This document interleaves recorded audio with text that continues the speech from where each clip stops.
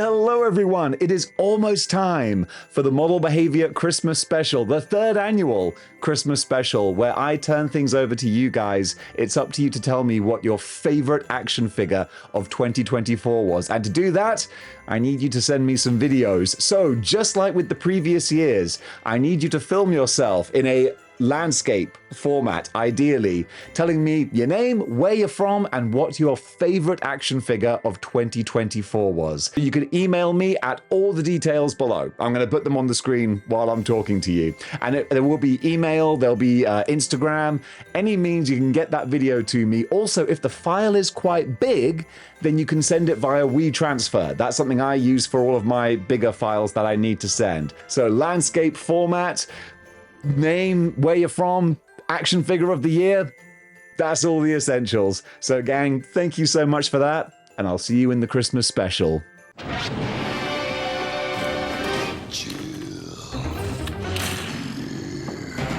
Hello there gang, and welcome to another episode of Displaying Model Behavior, the Earth's mightiest video podcast. We're back in Japan and back once again with the ill behavior. So there's a whole lot of good news to talk about. So let's talk about it. Kicking things off with some late-breaking news, literally hot off the press. As I was editing this video, Hot Toys have revealed their Sony PlayStation Anti-Venom Spider-Man. This is quite eye-catching. I mean, just take a look at these photos. I was trying to say photos or pictures, and I got fixtures. Take a look at these fixtures here. You've got the special powers that you use in the game to activate the symbiote suit and do all these crazy moves, and they've given you the crazy extras to do that. Just look at the size of the goop that Peter Parker comes with here. The anti-venom suit is a really cool concept. It's kind of like the remnants of a symbiote mixed up with Mr. Negative's powers, which kind of creates an anti-venom suit that Peter can use to cleanse people of symbiotes. It's really cool. It was a great surprise to see this in the game, and now Hot Toys just revealing this chef's kiss looking figure. They've got a whole lineup of their Sony Spider-Man characters now, with the gigantic Venom and Miles as well.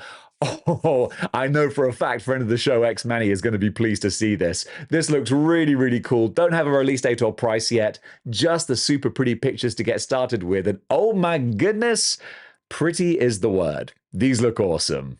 Guys, it's time to take a quick pause for the cause and once again tell you about this channel's sponsor, Legendsverse, for all of your action figure collecting and correlating needs. Whether it's Marvel Legends, Star Wars Black Series, Mafex, NECA, Mythic Legions, Transformers, G.I. Joe, WWE, they have so much on that website. So if you are a collector of pretty much any brand, you're going to find your collection there and you can correlate it. You can see what your collection is worth. You can see what figures you need.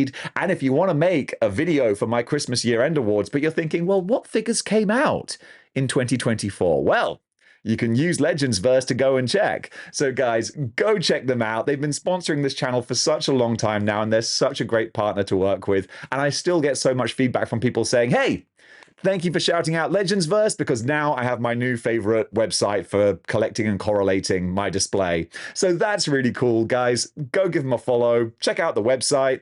You'll be glad you did. Up for pre-order over at Mezco.com is Tangerine. We had her revealed a little while ago. Now we've got a beautiful stop-motion animation promo video for her, which I love. That will instantly make me think, oh, well, maybe I need this in my life. I mean, look at how pretty the stop-motion is. Hey, it works. Going to be $115. And I think it might already be on waitlist, which is a little bit annoying. That's always the case with Mezco, especially when you're trying to make news videos. It's like, hey, this figure's available, and it's gone. But if you do like the look of it and you haven't had a chance to put your pre-order in, then you can always put your name down on the waitlist, and hopefully you'll be in luck. So McFarlane Toys are branching out with a new sort of subline where they're recreating classic comic covers. So this first one, of course, is The Dark Knight Returns. We've got a little write-up bit of information here. It says, first look, introducing McFarlane cover recreations. Based on The Dark Knight Returns issue #1 comes this Batman gold label set, Pre-orders launch December 10th exclusively at Amazon. So I'm sure when that happens, we'll have more information and a whole bunch of pictures. So we'll find out more about that soon. In the meantime, though, we've got this little picture here to go on, and it looks okay. Star Wars The Black Series are giving us the Wookiee Jedi from the Acolyte, Jedi Master Kel Naka. Sorry. So I do love the look of a Wookiee Jedi. I kind of abandoned the Acolyte very quickly, but there were some cool looking designs and characters in there. And who doesn't want a Wookiee Jedi? I think that's kind of fun. Although honestly, would you really consider a Wookiee as a species like that? They're more kind of visceral, animalistic type characters. I can't imagine a Wookiee having the discipline to become a Jedi, but hey, what do I know? So this guy's going to be $33.99, and he's got the soft goods as well. I guess that does jack up the price a little bit. But if you don't mind paying the extra buck for a slightly more high-end figure, then they've got you covered here. He does look kind of nice. So yeah, Black Series fans, this one's for you.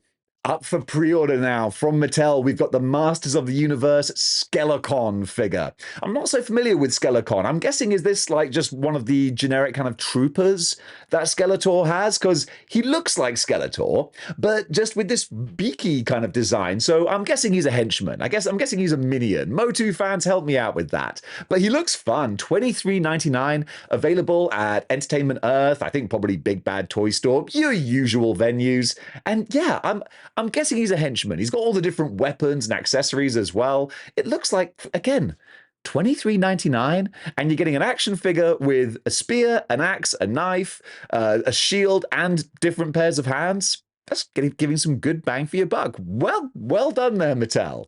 I like the look of this. You're getting your money's worth. That's always nice to see. Hot Toys, sticking with the 616. I do like the fact that because we haven't got so many MCU movies, it means Hot Toys have to delve into the comics, and they're giving us this Iron Patriot. I love it. I gotta say, he looks real good, and it makes perfect sense because they've got an Iron Man armor, and that's what Iron Patriot is. He's really just a recolor, but it's such a cool recolor. One thing that they didn't splurge for, which is a bit of a shame, is a comic Norman Osborn head.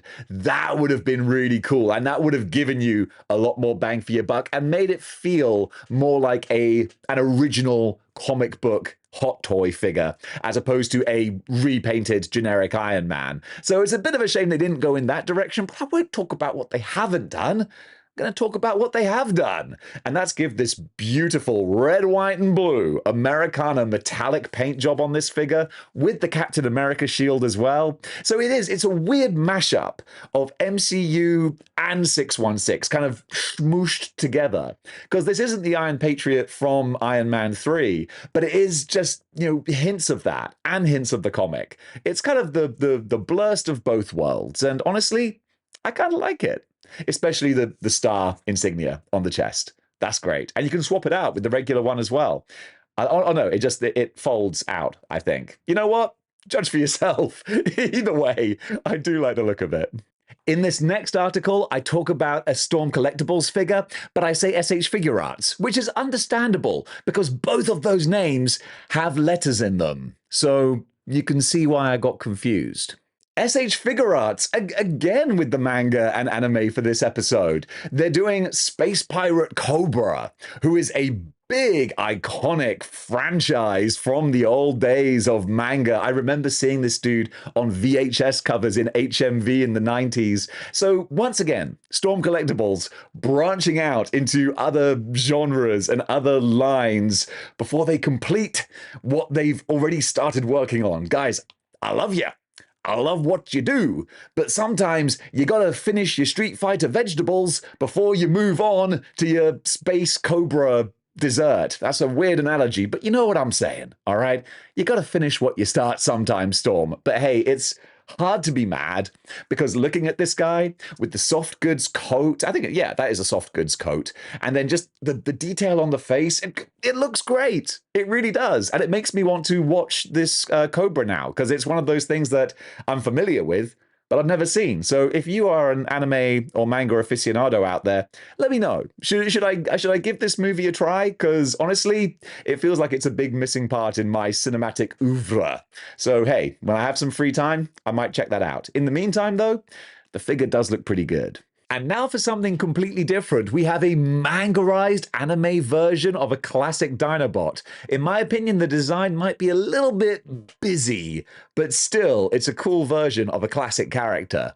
So these really do look quite amazing. You've got the classic G1 Dinobots design, and then it's like someone put it through a manga filter, and now it's this real Gundam-style look to the characters. So this is Swoop. I just went through my Dinobot Rolodex there. Of course, it's Swoop, the pterodactyl. But now this is the Terra Howl. That's how you pronounce PTER, isn't it? Terra Howl. I love the name as well. That in itself sounds awesome. But you can see he will transform from robot to pterodactyl to left arm, which means we're getting a combiner Dinobot Gestalt type figure when you combine them all together. The young childhood Dave who used to watch Transformers and be like, why don't the Dinobots combine? Well, 40 years later, I'm getting my wish. These look really amazing. Gonna be expensive, of course, to build the full set, but man, for someone who wants an outside-the-box kind of a unique Transformers display, this could be real tempting. Morty, you're gonna love this, Morty. We're doing a Rick and Morty 1/6 scale action figure. We're gonna sell them to all the kids. We're gonna run and run for all these different waves. We're gonna do Build-A-Figures, Morty. We're gonna make them buy figures they don't even want so they can put them all together and make the big figure. You know, that's my first time doing a Rick voice. I think that was all right. So this is just really curious. I love taking a cartoon character and then fully realizing them in a realistic kind of form. Intriguing, kind of shocking looking as well. Like the brain's going, what am I looking at here exactly? Well, I can tell you, brain. I'll tell you what you're looking at. You're looking at a pretty darn cool looking action figure. So Hot Toy scale, 1/6. Got a whole bunch of accessories as well. The portal gun looks great. Of course, he's got the middle fingers, so you can have him flipping off the rest of your toys. I really like the look of it. Rick Grandpa is what they're calling it. So obviously unlicensed. But if they do a realistic looking Morty, which could also look strangely unsettling, I would imagine, having them both together, I kind of dig it. It's just weird and unique. And yeah, Present Toys, what I'm looking at here on the screen, they've put a lot of love into this. I kind of like it in a very weird way. Just when you thought they couldn't make any more Optimus Primes, there's a new Optimus Prime. Check him out. So this figure from Unix Square, again, that's one, I love this about Transformers. You take the classic design and then you can just tweak it a little bit because the Transformers looks are not set in stone. As long as you have the right elements, you'll instantly recognize the character. So this Optimus Prime is going to be $140. So he ain't cheap, but you're getting some bang for your buck here with the figure as well. Up for pre-order on Big Bad Toy Store, should be releasing around about May of 2025. It's got more of that angular kind of look, not as over the top as the pterodactyl mangarized Dinobot, but similar. Like if you have a manga slider, it's like the Swoop one is taken all the way to maximum. This one's taken down a little bit. So he is classic G1 Optimus Prime, but a little bit more angular, a little bit more spiky, and just honestly more badass looking, to be honest. I love the look of this, what they've done with it. If you just want one Optimus Prime for your collection, this might be the kind of standout bespoke one to go for. I think they did a real good job with this. This is maybe the start of a whole bunch of other ones coming soon. It does say here, Starscream, Megatron, and more are coming soon. So this is going to be a big high-end Transformers collection, but if you've got the money to spare, this could be one that you can get in right now on the ground floor. Brave star, strength of a bear, speed of a puma. This next action figure has nothing to do with Brave Star. And if you think it does, quite frankly, pal, that's on you. So Ramen Toys are continuing their Space Marshal series with the Marshal's companion in crime fighting 3-0. This awesome looking, badass robot horse that I remember so well from my 80s childhood. I've got a lot of love for this. And he comes complete with his huge, big blunderbuss type gun as well. Very, very cool. We saw a prototype for this a long time ago, and Ramen Toys said that they had a bit of a delay because they weren't pleased with the prototypes that one company was making, so they had to change companies, and it took a bit longer. But they said this should be up for pre-order around about February of next year. So we'll keep our eyes out for that. But in the meantime, looking at these pictures, I really do like what I see. Scrolling through some of these here, yeah, this is one of those labor of love type pieces, and it looks like the work has paid off. I'm very impressed with these pictures so far. Mondo are going back to the well and taking another bite of that Thundercats cherry, and that's a couple of different analogies that are quite odd, but here you go. It's more Liono. So Mondo Liono, just like when he was first released as that timed exclusive, oh man, he looks beautiful. He might not have all the same accoutrements as the original, but I mean, come on.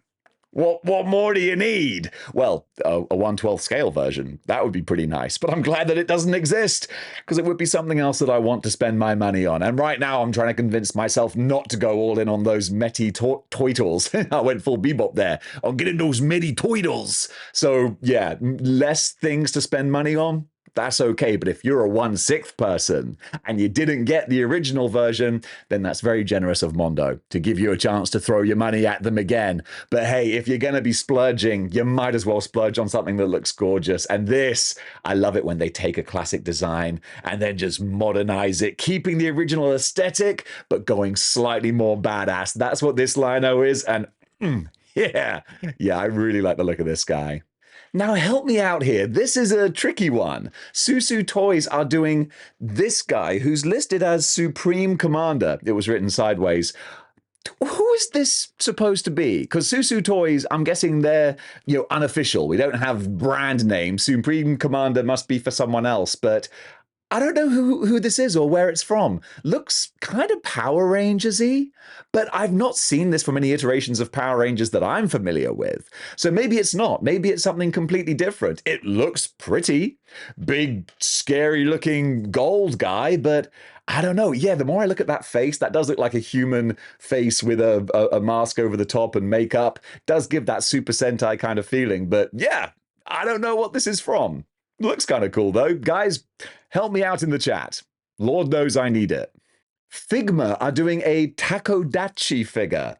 This is, from what I understand, based on an actual streamer, I think. I could be wrong, though, but I think this is the persona of an online streamer that's been turned into a toy anime type character. I could be way off base with that, but I think that's what it is.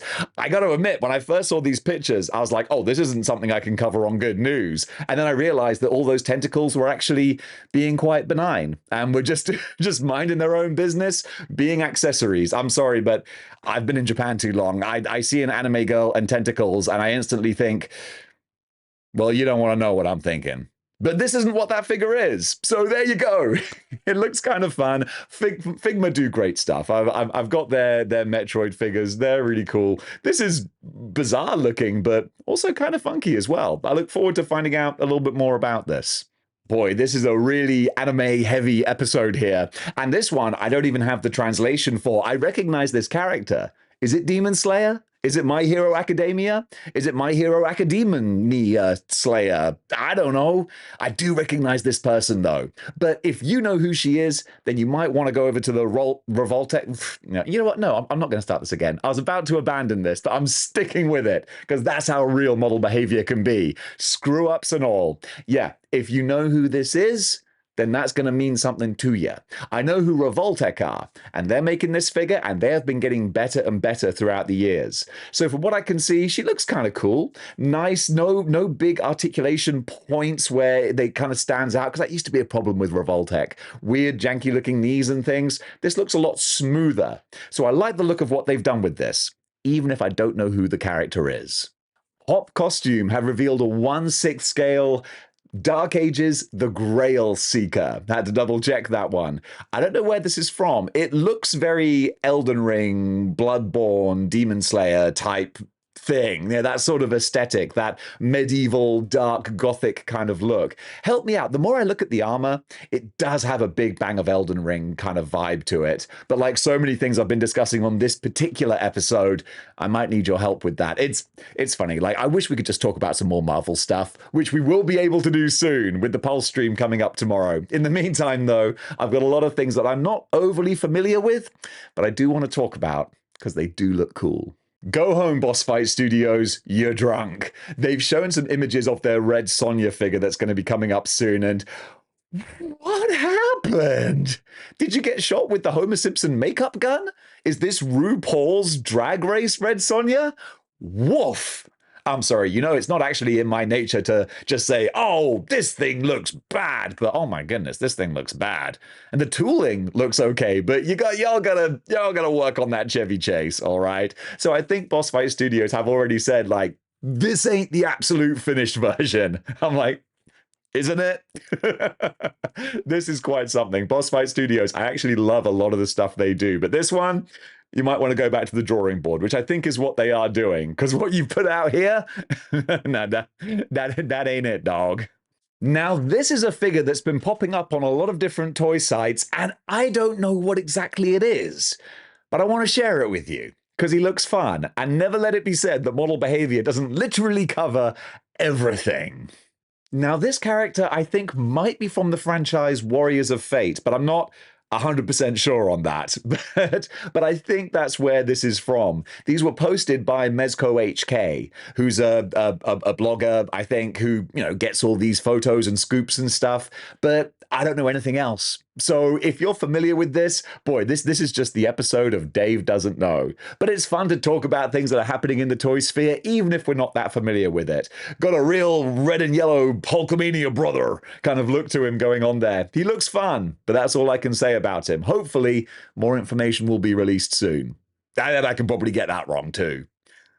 SH Figure Arts are continuing their One Piece line with Blackbeard here. And I've seen huge big statues of this guy before, and I always thought, it's not going to be easy to translate that into an action figure, but boom, here we go. I'm very impressed by the looks of this here. I love just how bright and colorful and chunky he is. Going to be released around about June of next year with pre-orders open now by the looks of things. And yeah, I don't know much about One Piece, but I know a fun design when I see it. And this dude with his huge big coat and what looks like soft goods material on there as well, some bendy wire. Oh, he looks like a lot of fun. I really dig this.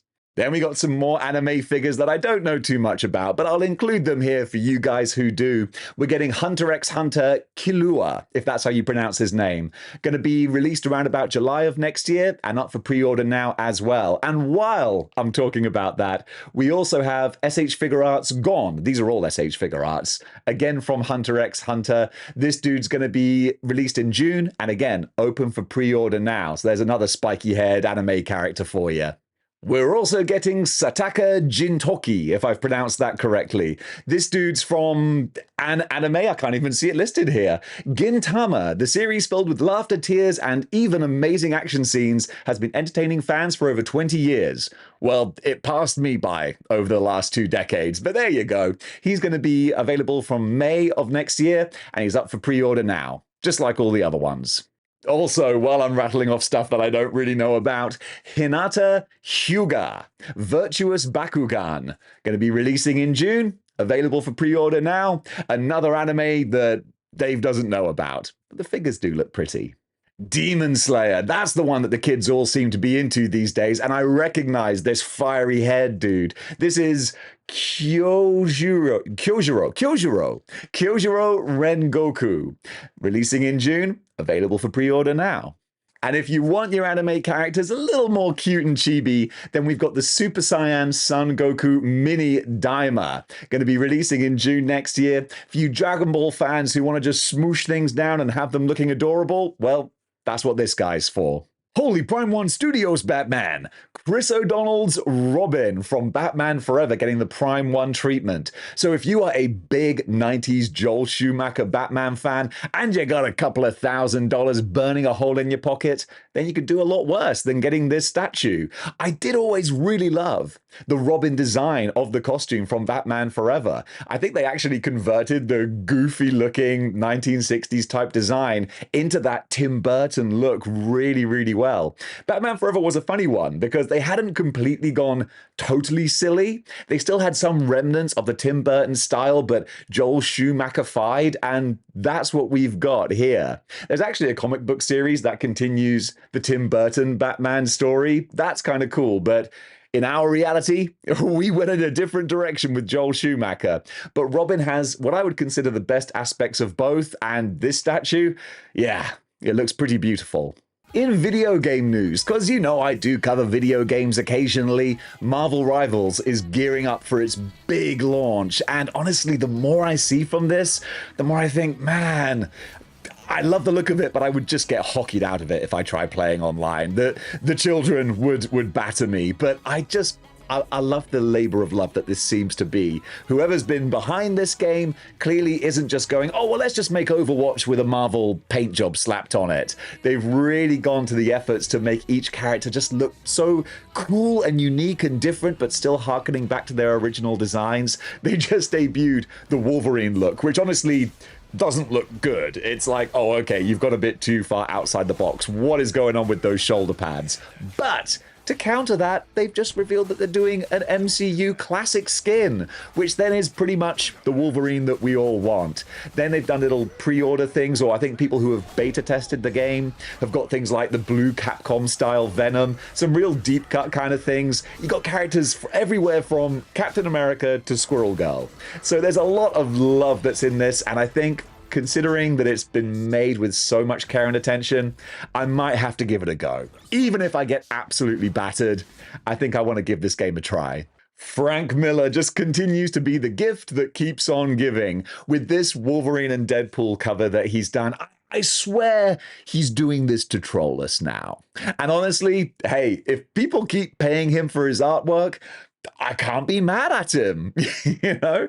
But it's like it's almost a parody of himself now. But I'm still covering it because it's just kind of fun. It's a weird curiosity to see an artist evolve and develop or devolve, arguably. We've had ugly Wolverine, we've had ugly Sabretooth, now we've got this cover. And honestly, it's almost tipped over the scale to like, oh, it's bad, it's awful, it's terrible. It's kind of good because it's so bad.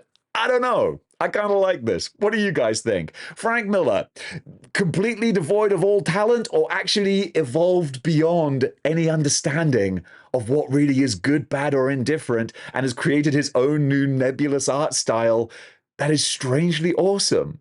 I don't know anymore. What do you guys think? In Artist Alley today, Stupid Skullhead. What a fun, ridiculous name. I love it. But the bright, popping, anime-style looking artwork with a little hint of a more bold Disney kind of aesthetic, smoosh those together, and you get this creator's work. And I absolutely love it. I've been going on a binge lately of just discovering new artists on Instagram, and it's really difficult to weed out the AI ones and find like the real actual artists. This dude is a real actual artist, and honestly, I'm loving what they're creating. In Custom Corner, Aki Customs. Oh my goodness.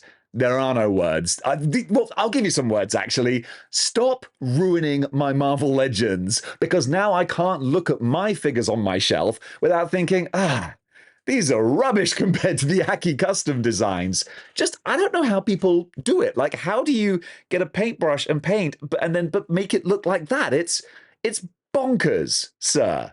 And again, stop making me think that my action figures are rubbish when I compare them to what you do, because man, these faces are just next level incredible. I said there are no words, but I've given you a whole bunch. But honestly, guys, go check out their Instagram, judge for yourself, because these are honestly quite amazing. Today's cosplay cover artist is Zoe Wolf. I've featured her a couple of times, but every time she pops up on my Instagram feed, I'm like, oh my goodness, this lady. She just keeps on doing more and more impressive, crazy, amazing-looking cosplay. I don't know what her budget is, but it's like she has a whole Hollywood studio behind her creating these looks. So however big this team is, or if it's just a one-person job, my goodness, you are doing incredible work. So if you're not doing so already, go and give her a follow, because some of these looks Just absolutely amazing. Double thumbs up for this one. And folks, that does it for Good News for today. Thank you so much for watching. What do you think about the items covered? Comment below and let me know. And if you want to support the channel, you can do so by getting a YouTube channel membership for model behavior. That's what channel memberships are. If you do that, then you help me keep the lights on and make more episodes, and you can join in with the near daily live streams that I do, where we talk about not just action figures, movies, comic books, and all points in between, but a whole bunch of life stuff, and we just kind of hang out and talk about what's going on. And honestly, it's my favorite part of running this channel. So I'm so grateful for anyone who is a member of the Model Behavior Underground community. You guys are the real ones. I love you. And if you're not, you're still a real one, because there's no barrier to entry for that. I love you regardless. But the ones who support the channel, well, I'm very grateful. I got a little bit rambling there, but that's me when I'm left to my own devices. Guys, thank you so much for watching. If you want to send in a video for the Christmas special, please do. The address is below. I'd love to get as many as possible. Well, I want to get over 100. I want to beat last year's total, because let's face it, you're only in competition with yourself. And on that note, gang, thank you for watching, and until next time, keep displaying model behavior.